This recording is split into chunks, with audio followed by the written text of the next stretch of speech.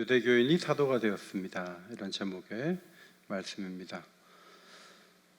북한의 실정에 대해서 아득한 그런 기대감을 가지고 북한에 가서 한번 살아봤으면 좋겠다, 그렇게 생각하는 남한의 청년들이 적지 않을 때 주체 사상을 거의 만들다시피 한 황아무개가 그분이 내려오셔서 그 허구를 얘기하고, 또 북한의 외교관 한 분이 한국에 와서 국회의원이 되었습니다. 그들의 말은 북한을 일방적으로 비난하는 이야기보다 훨씬 효과적이고 설득력이 있습니다. 왜냐하면 북한에서 살았던 사람들이기 때문에. 바울이 원래 유대교 교인이었죠. 열심 있는 유대교인이었어요. 그런데 지금 갈라디아 교회의 많은 사람들이 유대교로 빠져들어가고 있습니다. 그 상황에서 쓰여진 두 개의 서신이 히브리서와 그리고 갈라디아서예요. 바울은 내가 유대교인이었습니다. 내가 너무 잘합니다. 그거 가면 안 돼요. 어떻게 하려고 하십니까? 그 이야기를 갈라디아서에 적고 있는데 오늘 간증 부분이 보입니다. 사진을 보시면 남부 갈라디아 지역 네 도시를 우리가 주로 기억하는데, 비시디아, 안디옥, 이고니온과 그리고 루스드라와 더베, 이 네 도시가 있는데, 바울이 이곳에 교회를 세울 때 전략이 무엇인가 하면 회당에 가는 거예요. 유대교 소굴로 들어가서 유대교 사람들을 대상으로 1차적 전도를 하는 게 바울의 선교 전략이었습니다. 사도행전 13장 14절, 비시디아 안디옥에 이르러 안식일에 회당에 들어가 앉으니라. 그래서 유대인들이 반발하죠. 바울과 바나바를 박해하고 쫓아내죠. 그 다음 14장에 가서 이고니온으로 갔을 때도 두 사도가 함께 유대인의 회당에 들어가서 유대교인들을 대상으로 포교 활동을 하는 거죠. 악감을 품고 막 쫓아내려고 하고, 그리고 쫓겨나서 루스드라로 가는데, 루스드라에서 또 바울이 전도하다가 안디옥과 이고니온에서 와서 무리를 충동해서 돌을 던져서 돌 맞고 쓰러져 가지고 성 밖으로 던지는 거죠. 겨우 살아서 또 더베로 가요. 거기서도 많은 사람을 전도합니다. 유대교 입장에서는 바울이 너무 기분 나쁘죠. 뭐 이런 사람이 다 있나, 이런 변절자가 있나, 막 바울에 대한 미움이 가득한 차에 바울은 순회 선교를 하니까 갈라디아 지역을 떠났어요. 다시 이제 데려와야 된다. 우리가 뺏긴 교인을 데려와야 된다. 그래서 교회로 막 들어가가지고 바울의 복음이 허구다, 이거 개인적으로 만든 거다, 누가 바울을 지지하고 누가 그의 복음이 진리라고 말하는가, 혼자 그러고 다니는 거다라고 설득을 하는 거예요. 갈라디아 교회들이 유대교 교사들의 설득에 넘어가서 흔들렸던 이유는 크게 세 가지예요. 첫째로 유대교의 반격, 열심. 뭐 이단들도 굉장히 열심히 있잖아요. 그러면 그 열심히 뭔가 만들어낸 게 사실입니다. 기업하는 분들이 뭔가를 열심히 하면 거기서 소득이 있는 것처럼 유대교도 최선을 다하면서 뭔가 사람들을 흔들 수 있었다. 열정이 있고 열심히 있으면 영향을 주죠. 두 번째로는 예루살렘이 기준자 역할을 해야 되는데, 그들도 이방인이 예수를 믿는 것에 대해서 무슨 생각을 하냐면 유대교인 비슷한 사람이 그리스도인이 된다, 이렇게 생각을 해서 이방 교회는 막 할례 문제도 있고 유대 이 구약을 어떻게 해석해야 되느냐, 그 문제가 있는데 그것을 또렷이 정리해 줄 만한 안목을 가지고 미리 정리를 못했어요. 그래서 나중에 이방 교회에서 답답해서 올라와서 묻는 바람에 대답을 하는, 그 예루살렘 교회가 자기 역할을 못했다, 그런 말이죠. 세 번째는 갈라디아 교회의 성도들이 혼동을 겪었어요. 유대교는 오랜 전통에 따라서 경건의 체계가 있단 말입니다. 1단계, 2단계, 3단계 딱 경건의 체계가 있고, 1단계 끝나면 2단계 뭐 하고, 이게 다 있어요. 그게 막 너무너무 많아요. 그런데 교회는 성령의 인도로, 은혜로 하나님이 부르시면 이러고 있거든요. 매뉴얼이 다 돼 있는 종교와 순간순간 성령의 은혜를 받아 움직이는 종교를 비교해 볼 때 어디에 더 끌리냐면 매뉴얼이 많은 쪽으로 사람들이 끌리면서 복음을 벗어나게 됐어요. 바울은 간증 같은 얘기를 하면서 이 복음의 탁월함과 유대교의 가르침을 뛰어넘는 어떤 세계가 어떻게 가능한가, 이것을 오늘 1장 뒷부분에서 보여줍니다. 여기에 복음의 가치와 위대함이 있죠. 첫째로 이 복음은 그리스도의 계시를 직접 받아 전한 것이다, 그렇게 이야기합니다. 너무 복음은 단순하고 누구나 받을 수 있는 것이 장점이면서 단점이죠. 누구나 쉽게 접근하고 받아들일 수 있는 선물이다. 예수 믿으면 구원받는다. 이게 너무 쉽단 말이죠. 주는 선물은 너무 큰데 우리의 노력은 거의 배격하고 믿기만 해라. 이게 조금 여러분 이게 쉽지 않아요. 이거 받아들이는 게. 우린 받아들여서 교인이 됐지만. 그러니까 이런 얘기예요. 막 두통도 있고 치통도 있고 허리도 아프고 무릎도 아프고 머리도 뭐 여러 가지 문제가 있고 발바닥도 잘 딛지도 못하게. 그런데 약 하나만 먹으면 다 낫는다는 거예요. 그런데 1,000원만 내라는 거예요. 그래서 솔깃해서 1,000원을 내고 샀는데 옆에서 이렇게 얘기하는 거예요. 생각을 해보라고. 그렇게 효과가 있는 약이 1,000원 하겠냐고. 그건 아니지 않냐고. 이렇게 말하는 거예요. 그러니까 그 약을 복용하기도 전에 이 생각이 드는 거예요. 맞다. 이 대가를 지불하는 만큼 가치가 있잖아요. 여러분 시장 가서 싼 물건 샀는데 그게 막 몇 년씩 입을 정도로 좋은 옷이에요. 좋은 기계 아니에요. 싼 만큼 금방 버리게 되잖아요. 어느 정도 효용이 있으려면 가치를 내가 지불을 해야 된다는 일반적인 원칙이 있는 거예요. 복음은 거기에서 벗어나 있어요. 자꾸 사람들을 기쁘게 하려고 한 게 아니다, 이런 얘기를 많이 하는 것은 사람들은 가치 효용의 법칙, 가치를 지불한 만큼 내게 유익하다, 가치가 있다, 이것을 가지고 있잖아요. 복음은 그렇지 않잖아요. 당신은 믿기만 하세요. 그런데 선물의 효과는 엄청납니다. 여기서 이제 사람들이 갈등을 하죠. 그래서 10절부터 12절에 사람들에게 좋게 하려고 한 게 아닙니다. 기쁨을 구하려고 복음을 전한 게 아닙니다. 사람들에게 받아서 전한 것도 아닙니다. 이거는 하나님이 주셔서 그런 모양으로 여러분에게 전달됐습니다. 이 복음이 가치 있는 것은 그리스도께서 주셨기 때문입니다. 내가 만일 사람이 만들어서 인위적인 것을 다듬어서 전했다면 나는 그리스도의 종이 아닙니다. 이렇게 분명히 말했습니다. 16절에 혈육과 의논하지 않았다 그랬습니다. 다메섹 도상에서 만나가지고 짧게 만나서 거기 복음이 어떻게 완성됐겠어요. 그래서 사람들이 생각하는 거예요. 바울이 그런 간증은 하지만 바울이 틀림없이 사도를 만나거나 누군가 만나서 사람들에게 얘기를 듣고 복음을 완성한 것인데 그 뿌리는 딴 데 있는데 바울이 자기가 복음을 형성하는 가운데 뭔가 인간적이고 뭔가 부족한 것들이 들어가 있기 때문에 바울의 복음은 문제가 있다, 이렇게 유대교 교사들이 얘기하죠. 그런데 바울이 말해요. 나는 사람을 만나서 보강하거나 수정을 거친 것이 없다. 이것은 오리지널이다 라고 얘기해요. 그래서 이렇게 얘기하죠. 1장 12절 오직 예수 그리스도의 계시로 말미암은 것이라. 예수님이 나타나셔서 사울아 사울아 네가 왜 나를 핍박하느냐. 하나님의 아들이 나타나셨어요. 부활하신 분이 나타나셨어요. 그런데 자기 같은 사람을 불러주셨어요. 믿으면 구원을 얻는다는 사실을 바울로 하여금 깨닫게 하시고 이 복음을 전하라고 말씀을 해 주신 거예요. 그래서 바울은 그 복음을 갈라디아 교회에 전한 거예요. 누구나 받을 수 있고 쉬운 복음이지만 그렇게 해서 형성되었고 그렇게 해서 전달이 되었다, 그 얘기를 하고 있어요. 여러분, 이 복음을 받아들이기 참 어려운 이유 중에 하나는 역사를 보면 예레미야 시대에 하나냐라는 선지자가 있었어요. 그런데 하나냐가 예루살렘의 성전의 모든 기구들이 다 바벨론으로 옮겨져도 딱 2년 만에 돌아옵니다. 회복은 2년밖에 안 걸립니다. 이렇게 얘기했어요. 예레미야는 하나냐가 그렇게 말하고 하나님께서 벌하셔서 죽은 다음에 이런 말을 했어요.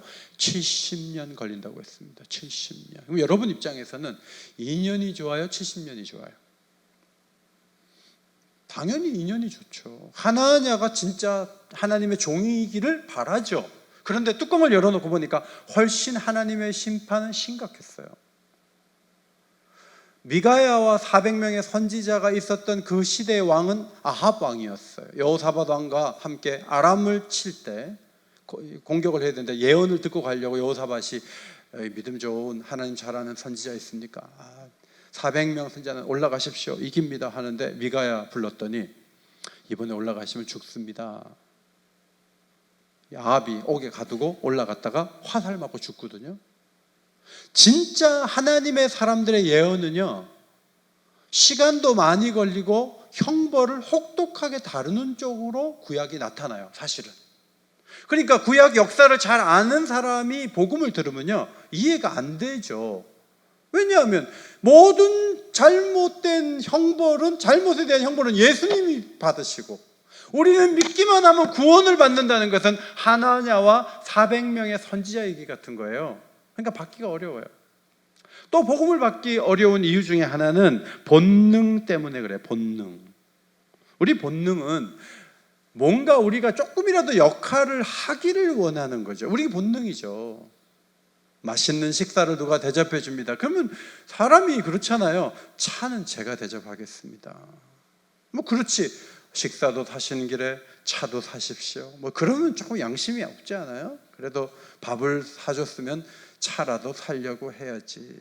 이제 보통 이게 우리 본능이란 말이죠. 하나님이 엄청난 일을 이뤘다고 하더라도 우리가 할례라도 받고 기본적인 것이라도 지키면 구원을 받는다고 해야 받아들이기가 쉽다는 거예요. 사람의 이 본능상 그렇다는 거죠. 그래서 우리는 뭘 선호하냐면 신과 인간이 함께 구원을 만들어가는 걸 우리는 원해요. 그게 우리의 사고 구조예요. 그런데 바울이 너무 쉽거나 어렵거나 논리적으로 맞거나 안 맞거나 수긍이 되거나 안 되거나 그게 중요한 게 아니라는 거예요. 진짜 복음은 뭐 역사적 사례를 들어서 수긍이 되기 때문에 뭔가 우리 역할을 할 수 조금이라도 하기 때문에 그래서 복음이 아니고, 복음이 진짜인 이유는 예수님이 주셨기 때문이라는 거예요. 여러분이 믿는 복음은 왜 진정한 힘을 발휘할 수 있고 왜 진정한 생명력을 갖고 있죠?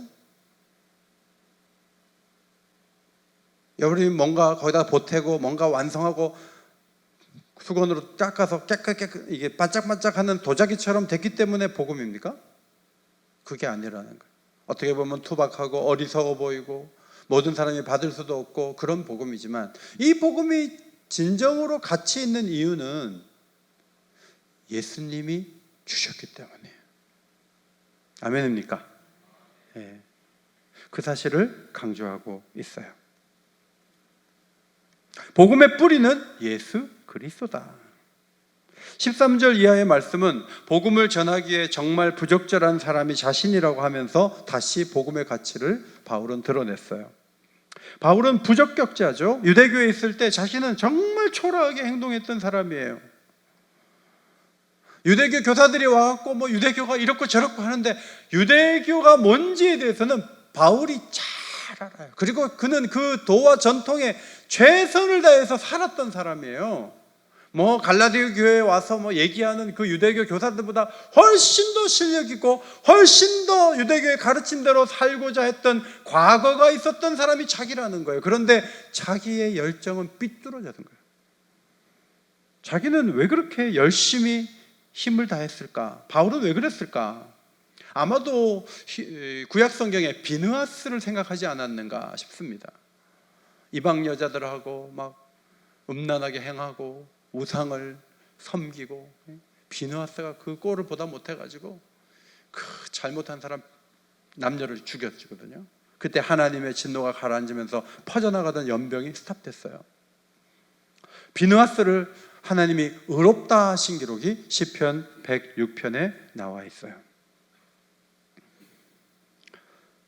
자신을 하나님의 아들이라 그러고 십자가에 죽었는데 뭐 그렇게 할 말이 많고 뭐 모여가지고 부활했다고 하냐는 거예요. 당연히 예수님은 죽었고 당연히 그런 도를 따라가는 사람을 막아야 자신의 종교가 하나님을 신앙하는 그 세력들이 더 옳은 방향으로 갈 수 있다. 그는 그렇게 확신하고 있었어요. 그런데 그 행동이 유대교를 지나치게 믿어 행동한 것이다. 지나쳤다. 자신은 다소에서 태어나서 부모의 어떤 영향 속에 유대교인이 되었고 사도행전 22장에 가말리엘 문화에서 율법의 엄한 교훈을 받았다. 그래서 유대교에 충실한 사람이 되었지만 자기가 열심을 낸 것은 하나님의 뜻을 따라 열심을 낸 것이 아니라 조상의 전통에 대하여 더욱 열심히 있었으나 전통이었다. 사람의 가르침이었다. 하나님이 아니었다. 그렇게 말하는 거죠. 결국 어떤 행동을 했죠? 교회를 파괴하려는 엉뚱한 잘못을 저지르고 있었다. 따라서 자신은 복음을 전하라고 맡기기에는, 구원을 해주기에는 너무나 적절하지 않는 대상이었다. 하나님 보시기에 매력이라고는 하나도 없이 이 녀석 벌 받아야 돼 하는 그런 대상이었는데 어떻게 나 같은 사람을 불러가지고 복음을 맡겼는지 나도 잘 모르겠다 그러는 거죠. 그래서 자신은 과거의 그 모습을 생각할 때마다 아들 같은 디모데에게 이렇게 말하죠. 죄인 중에 내가 괴순이라. 그럼 나 같은 사람, 교회를 파괴하려고 한 사람을 나를 왜 불렀을까? 계속 고민하고 생각하고 기도하고 있겠죠. 그리고 디모데 전서를 적을 때 그가 이렇게 적었죠. 내가 국류를 입은 까닭은 예수 그리스도께서 내게 먼저 일체 오래 참으심을 보이사 후에 주를 믿어 영생 얻는 자들에게 본이 되게 하려 하심이라. 이게 무슨 말인가요? 바울은 구원받은 사람들 중에 최악의 사례라는 거예요. 그런데 이것은 복음의 최선이에요. 바울도 구원받았는데 내가 왜 구원 못 받아? 그렇게 사람들이 이해하도록 하기 위해서 자신을 본보기로 불러주셨다. 이렇게 고백하는 거예요. 바울이 말하는 것은 이거죠. 나만 그럴까요? 갈라디아 지역 우상을 섬기던 여러분들, 유대교에 빠져있던 여러분들은 매력이 있어서 구원해 주신 줄 아십니까? 아닙니다. 아니라는 거죠. 인생 가운데 그 누구도 매력이 철철 넘치고 어떤 가능성이 있어서 부름받은 사람은 아무도 없다. 로마서 3장에 다 치우쳐 함께 무익하게 되고 선을 행하는 자는 없나니 하나도 없도다. 그럼에도 불구하고 찾아오셔서 복음을 듣게 하시고 십자가의 도를 믿게 하시고 구원의 선물을 주신 것은 모두에게 주신 혜택이에요. 똑같은 은혜예요. 제가 여러분에게 물어봐요. 구원을 받으셨습니까? 그러면 아직도 많은 성도들이 이렇게 얘기해요. 목사님 말씀대로 살겠습니다. 제가 성실하게 살겠습니다. 이 말은 예수님의 구원의 그 복음의 십자가의 그 은혜에다가 내가 앞으로 잘 살면 신인 합동해서 구원이 완성된다는 생각을 갖고 있는 거예요. 그게 틀린 거예요. 구원 받으셨습니까? 네. 지난 주간에도 10번도 죄를 더 범했는데 구원 받으셨습니까? 네. 어떻게 그렇게 얘기할 수 있습니까? 전적인 은혜로 인해서 하나님이 나를 수용하셨습니다. 이게 복음이에요. 물론 죄를 아직도 범하고 있어요. 그럼에도 불구하고 아무런 매력을 느낄 수도 없고 그 어떤 가능성이 없어 보인다 할지라도 우리를 부르시고 우리에게 복음을 주신 분이 하나님이신 줄 믿습니다. 여기서 아멘이 크게 나와야 돼요. 그게 그분이 복음을 믿는 분이에요. 아멘이 안 나온 분은 아유 그래도 내가 뭔가 해야지 뭐 예수님만 한다고 구원이 되나 이러고 있으면은 이 복음에서 먼 거죠. 그 다음에 그럼 복음을 맡기신 이유가 뭘까 생각을 하면서 15절 내 어머니의 태로부터 나를 택정하시고 그의 은혜로 나를 부르셨다 그랬어요. 하나님은 모든 일을 계획을 통해서 하시죠. 그런데 언제 나를 그럼 택하셨는가? 헬라어를 잘하기 때문에? 열정이 있으니까? 아니라는 거예요. 언제 택정하셨는가? 어머니의 태로부터 택정했다. 이 말은요, 내가 선악을 행하기 전에 택했다는 말이에요. 성경에 보면 야곱과 에서를 태중해서 하나님께서 큰 자가 어린 자를 섬기리라. 야곱이 아직 태어나지도 않았는데 하나님이 이미 야곱 편이시고 야곱을 통해서 이스라엘을 만드시기로 계획을 하고 계시고 그것을 이루셨어요. 이것이 성경의 사상이에요. 모태로부터 이미 택정했다는 거예요. 이 말은 내 행위나 나의 매력과 가능성이 아니라 하나님의 전적인 주권하에 나를 부르셨다, 그 말이에요. 바울이 행한 것은 너무너무 십자가로부터 원수되는 행동이었지만, 그러나 하나님이 왜 나를 택했을까? 언제 택했을까? 어머니 모태로부터 나를 택정하시고 은혜로 나를 부르셨다. 에베소서 1장 4절, 곧 창세전에 그리스도 안에서 우리를 택했다. 여러분, 이 말은 다 같은 말이에요. 창세전과 모태, 이거 같은 말이에요. 이 말의 의미가 뭐냐면 내가 선과 악을 행하기 전에, 그런 말이에요. 에베소 교회 성도들은 우상 섬기고 있었어요. 그런데 그들이 교회가 세워져서 복음을 듣고 예수 믿는 사람이 되도록 만들려고 하는 하나님의 그 플랜, 그 계획을 언제 세웠느냐? 창세전에. 이게 복음이라는 거예요. 우리가 막 교회 오기 전에 뭔가 잘하고 우리 부모님들이 이렇게 잘했기 때문에 우리를 예수 믿게 만들려고 하나님이 그때 생각하신 게 아니에요. 우리가 태어나기 전에 우리에게 복음을 들려주시고 구원하시기로 우리를 택정하신 것을 믿으시기 바랍니다. 매우 중요해요. 여기서 흔들리면, 조금만 잘못하면 구원 못 받는다니까요. 온라인 예배 몇 번 드리고 나서 괜히 가책을 하고 그런다니까요. 그러면 안 돼요. 뭐 대면을 예배를 드리나 온라인 예배 드리나 변함없는 사실은 내가 태어나기 전에 나를 아셨고 나를 택정하셨다는 거예요. 그리고 때가 되어서 복음을 듣게 하셨고 멤버가 되게 하셨다. 하나님 나라 멤버가 되었다. 이거죠. 그래서 15절 하반절에 그의 은혜로 나를 부르셨다. 은혜로 나를 부르셨다. 내게 어떤 이유가 있지 않고 하나님께 이유가 있다, 그런 말이죠. 내게 은혜가 있지 않고 하나님께 이유가 있다.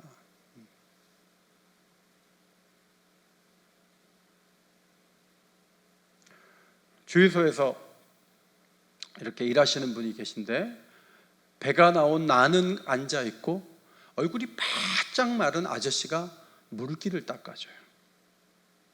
그 주유소 가서 차를 세차할 때마다 미안한 마음이 들어요. 그런데 하루는 제가 주유를 하러 가면서 그 아저씨에게 작은 추석 선물이라도 주고 와야지 생각을 하고 1,000원짜리 몇 장을 집었다가 10,000원짜리 하나를 딱 집고 세차장에 세차를 하기 전에 아저씨한테 줄 돈이 이미 준비되어 있는 거예요. 그리고 딱 나오니까 그 바짝 마른 아저씨가 또 나와서 닦아요. 나는 이미 준비하고 있다니까요. 그분이 받을 때는 닦을 때 준 것 같지만 사실은 나는 그 주유소에 들어가기 전에 그거 갖고 있었거든요. 왜 주죠? 불쌍해서요.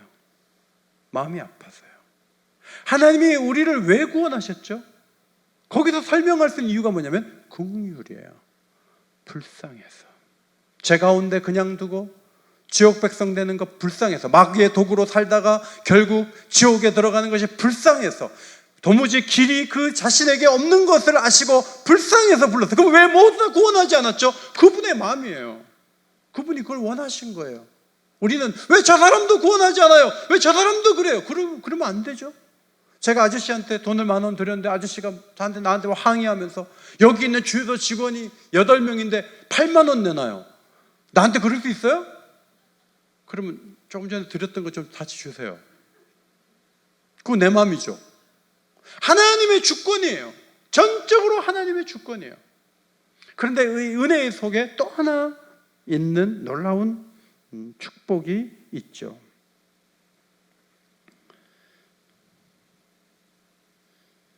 그것은 바울이 뭔가 가능성이 있고 철저하게 순종하려고 했기 때문이 아니고 하나님이 전적인 은혜로 한 것인데, C.S. 루이스가 말한 대로 기독교는 하나님으로부터 낯설 수밖에 없다. 그분 외에 누가 이런 걸 생각해낼 수 있겠는가? 이 은혜는요, 하나님이 만드신 거예요. 하나님이 행동하신 거예요. 그래서 우리에게 딱 맞지는 않아요. 그런데 엄청 큰 축복이에요. 어마어마하게 큰 축복이에요. 그런데 한 가지 더, 은혜의 또 다른 면 하나가 더 있는데 그게 뭐냐 하면 16절, 그의 아들을 이방에 전하기 위하여 그를 내 속에 나타내기를 기뻐하셨다는 거예요. 무슨 말인가 하면, 야 바울아, 넌 하고 있는 일은 정말 못된 짓만 하고 있구나. 근데 내가 너를 사도로 삼을 거야. 근데 너 지금부터는 할 일이 있어. 너는 많은 사람 가운데 유대인 말고 이방인에게 복음을 전하는 사람으로 나는 너를 만들 거야. 그것을 바울이 받았어요. 이것이 은혜의 또 다른 뒷면에 있는 축복이에요. 앞면은 내가 죄인인데 왜 나를 구원했는지 잘 모르겠네 이거예요. 그런데 뒷면을 돌려보면 나를 이방인의 사도로 삼기 위해서 나를 부르셨다, 이거 있는 거예요. 이게 은혜예요. 저는 이 부분에서 우리가 부족하다고 봐요. 목회를 하는 목사님들한테 얘기해요. 목사님, 앞으로 목회하실 거예요? 선교사 나갈 거예요? 아직 잘 모르겠어요. 아니 나이가 40이 다 돼가는데 50이 다 됐는데 아직도 몰라요? 복음을 받았는데요, 어느 방향으로 가야 될지를 몰라요. 그냥 내가 죄인인데 구원 받았다는 것만 남아있어요. 이게 바울과 우리 차이일 수 있어요.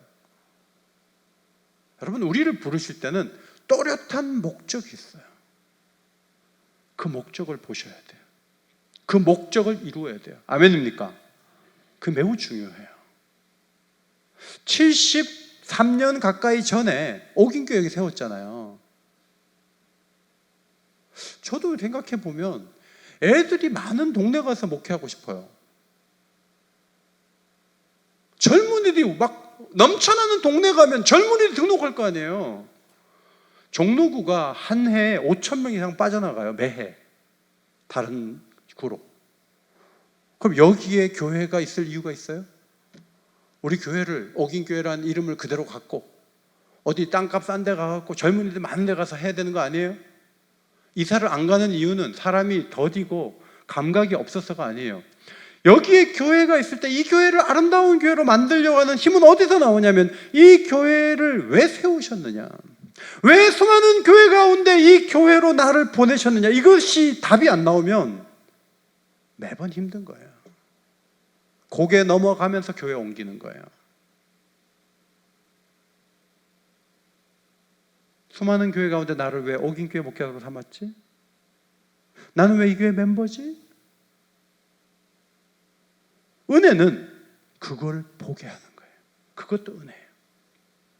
그 은혜에 눈을 크게 여시기를 주의 이름으로 축원합니다. 그것도 하나님의 놀라운 축복이거든요. 바울은 다메섹에서 예수를 만나고 세례를 받자마자 즉시로 각 해당에서 예수가 하나님의 아들이심을 전파했어요. 이방 지역에서 복음을 전하다가 로마서를 쓸 때 이렇게 썼어요. 헬라인이나 야만인이나 지혜 있는 자나 어리석은 자에게 다 내가 빚진 자라. 빚은 두 가지가 있어요. 직접 돈을 꾸는 거예요. 빚이죠.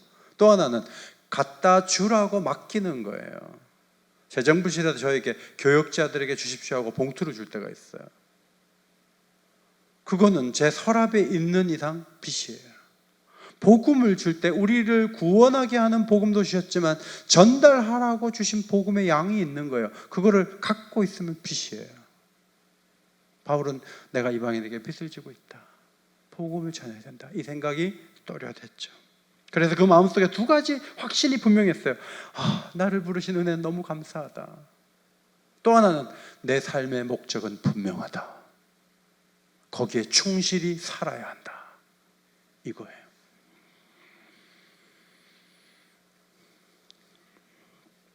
갈라디아 교회 성도들이 복음을 받은 것은 바울이 인위적으로 가서 전한 게 아니에요. 사명을 주시고 이방인에게 복음을 전하라 그래서 갈라디아 교회 성도들이 복음을 받은 거예요. 그래서 갈라디아 교회 성도들의 복음도 예수님이 뿌리예요. 그 얘기를 하고 있어요. 우리도 마찬가지예요. 이은호 목사가 만든 복음이 아니에요. 교회가 만들어낸 복음도 아니에요. 예수 그리스도로부터 사도에게 전달된 복음을 우리가 받고 있는 거예요. 그래서 우리 복음은 생명력이 있고 소중하고 가치가 있어요. 바울은 예루살렘에 가서 인준을 받는 대신에 어디로? 아라비아로 갔다가 다시 다메섹으로 왔다 그랬어요. 아라비아. 사진에 보시면 아라비아라고, 저는 사우디아라비아인지 알았더니 아니고 요르단 쪽에 있는 땅인데, 이때 나바테아 왕국이 여기 세워져 있었고 로마가 이곳까지는 강력하게 점령을 하지 못한 것으로 보이고, 이때 왕국의 그 왕의 딸이 헤롯 안디바의 부인이었어요. 그런데 헤로디아를 안고 부인을 삼아서 이 왕이 막 굉장히 원수가 됐다, 뭐 이런 기록들이 있습니다. 이곳에 가서 바울이 3년을 있었죠. 3년. 이방인의 사도가 됐으니까 아마 전도를 했을 것이다, 이런 의견도 있고, 또 하나는 바울에게는 예수님과 함께하는 시간이 다른 사도들처럼 없었기 때문에 이곳에 가서 그가 복음을 이미 받았지만 어떻게 설명하고 어떻게 전달해야 될까를 성경적으로 깊이 있게 살펴본 의미 있는 시간을 보냈을 것이다, 그런 해석도 있습니다. 마지막 18절 이하의 말씀은 누군가에 의해서 받은 복음이 아니라는 얘기를 다시 하면서 예루살렘에 난 자기는 영향 안 받았다는 거예요. 첫 번째는 3년 만에 갔다는 사실, 예루살렘에 3년 만에 갔다는 사실. 두 번째는 게바를 만나려고, 베드로를 만나려고 갔는데 주의 형제 야고보 외에는 다른 사도는 만난 적도 없다는 사실. 그리고 세 번째는 15일 정도 머물렀지만 사도행전 9장을 보면 전도하고 위협받고 뭐 그러면서 시간을 보냈던 것 같아요. 거기서 뭐 긴 토론을 하고 뭔가 배우고 그렇게 오지는 못한 것 같아요. 그래서 예루살렘 교회에 자기가 3년 만에 올라가서 뭔가 많은 것을 갖고 그제서야 복음이 완성된 게 아니고 철저히 하나님께서 그리스도를 통해서 직접 주신 복음을 전했다, 이제 그것을 강조해요. 바울은 예루살렘과 거리가 먼 저 멀리 북쪽 수리아 길리기아 지방으로 올라갔다, 그렇게 오늘 21절에 기록하고 있죠. 여기 보면은 안디옥이 있는 곳이 수리아 땅이고요, 길리기아는 그의 고향인 다소입니다. 이쪽으로 올라갔다. 그래서 유대인들 그 사도들하고 교류가 없었다는 거죠. 그래서 많은 유대 교회 성도들이 바울에 대한 얘기는 들어요. 야, 유대 교인에다가 사도가 돼서 복음을 전한다, 이 얘기는 듣지만 얼굴을 모르는 거죠. 그런데 놀랍게도 그들과 교류가 되는 거예요. 왜냐하면 같은 복음이기 때문에. 같은 복음이기 때문에. 교단이 다르지만 제가 자교교회 목사님 만나거든요. 경복교회 목사님 만나요. 다 교단이 달라요. 근데 만나는데 편안합니다. 왜냐하면 같은 복음을 가진 목회자들이기 때문에 그런 거예요. 바울은 복음의 베이스가 같기 때문에 큰 문제가 없었다. 그들은 나를 보면서 하나님께 영광을 돌렸다, 그렇게 적고 있습니다. 간증처럼 들려주는 오늘 본문 말씀을 통해 복음이 포기해서는 안 되는 하나님의 선물이라는 사실을 다시 한번 마음에 정리해 봅니다. 첫째로, 복음은 사람들이 아니라 그리스도께서 주셨기 때문에 포기하면 안 돼요. 설득력이 있거나 알아듣기 쉽거나 사람들이 다 지지하거나 그래서 복음이 아니에요. 주님이 만들어서 직접 주신 것을 우리가 받았기 때문에. 제가 이 컵 좋은데 너무 좋다, 이거 하나 사야 되겠다. 뒤를 딱 돌아보는데 Made in C 뭐 이렇게 되면 이거 안 사야 되겠다, 안 사야 되겠다. 그런데 딱 보기에 기품도 있고 너무 좋은데 딱 돌려봤는데 독일산이에요. 그럼 막 신뢰가 막 가는 거예요. 야, 독일산이다. 집에 독일컵 하나도 없다. 독일산이다. 사자! 이렇게 되는 거예요. 여기에서 제 마음은 어디 기울죠? 겉으로 보기에 좋고 화려한 것보다 어디서 만들어졌느냐, 이게 중요하잖아요. 복음도 마찬가지예요. 복음이 값지고 포기하지 말아야 되는 이유가 뭐냐면 예수님이 직접 주신 거기 때문에 끝까지 붙잡아야 돼요. 아멘입니까? 코로나 시대니까 흔들린다. 그러면 예수님이 주신 복음을 안 가진 것이, 이때까지 안 가진 거예요. 사람들이 좋아서 모이는 분위기가 좋아서 아무개 목사가 마음에 들어서 그래서 복음을 받았던 거예요. 그런데 그렇게 되면 흔들리는 거예요. 예수님이 주신 것을 받아야 가치가 있고 끝까지 붙잡을 수 있어요. 두 번째, 자신은 큰 죄인이었지만 예수님이 사도로 부르셨죠. 그는 최악의 조건을 갖춘 사람이었기 때문에 누구나 부름받을 수 있는 좋은 사례라고 오늘 복음을 다시 한번 드러내고 있습니다. 우리가 좋아서, 우리가 매력이 있어서, 우리가 가능성이 있어서, 우리가 선해서 구원받은 사람 한 사람도 없어요. 어떻게 구원받았죠?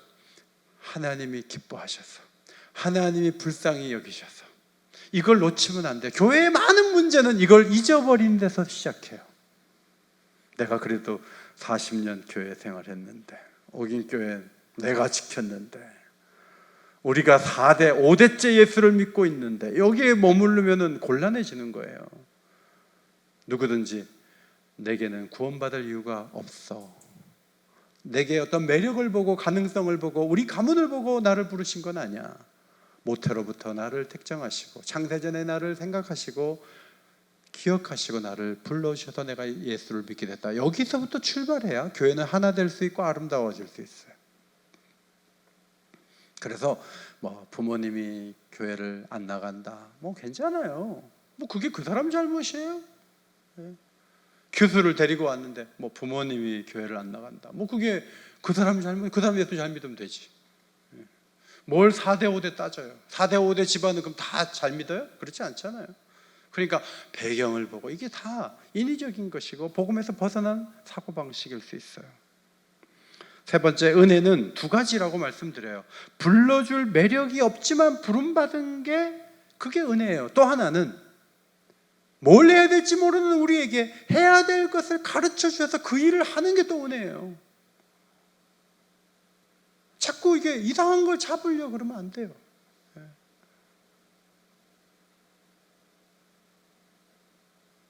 내게 주신 재원이 있고 내게 주신 은사가 있고 내게 주신 것들 뭘 위해서 주셨냐는 거예요. 뭘 위해서. 그걸 또렷이 알아야지. 연세가 그렇게 높으신데 아직도 내가 왜 사는지 모르겠다, 뭘 해야 될지 모르겠다. 여러분에게 1,000만 원을 주면 그 1,000만 원으로 뭐 할 일이 또렷이 있어야 돼요. 그걸 어떻게 써야 될지 몰라서 전전긍긍하고 그냥 어떻게 써야 될지 모르겠습니다 하면 안 되는 거예요.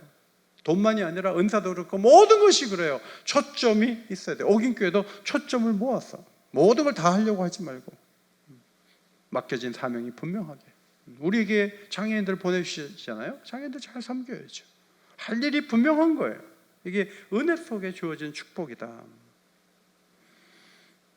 네 번째, 예루살렘을 의존하지 않지만 바울의 복음은 예루살렘과 일치하잖아요. 왜? 주신 분이 같기 때문에. 교회가 교제하고 사랑할 때 복음이 있으면 사랑해야죠.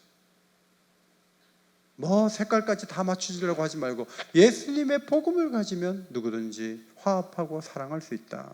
여기에 마음을 열 수 있어야 합니다. 바울의 간증 속에는 복음이 무엇인지, 은혜가 무엇인지가 너무나 잘 드러나고 있어요. 오늘 2부 예배 나오신 성도 여러분의 간증 속에도 이분이 복음을 진짜로 믿는구나, 이분이 은혜를 아는구나, 이분이 삶의 목표가 분명하구나, 이것이 드러나게 되시기를 예수의 이름으로 축원합니다. 하나님 고맙습니다. 바울이 받은 복음 저희도 받았습니다. 사람이 만들어 전해준 것이 아니고 예수님이 주셔서 사도적 복음이 우리에게 전달된 것을 저희가 믿고 감사를 드립니다. 아무런 공로 없는 저희들을 부르셨습니다.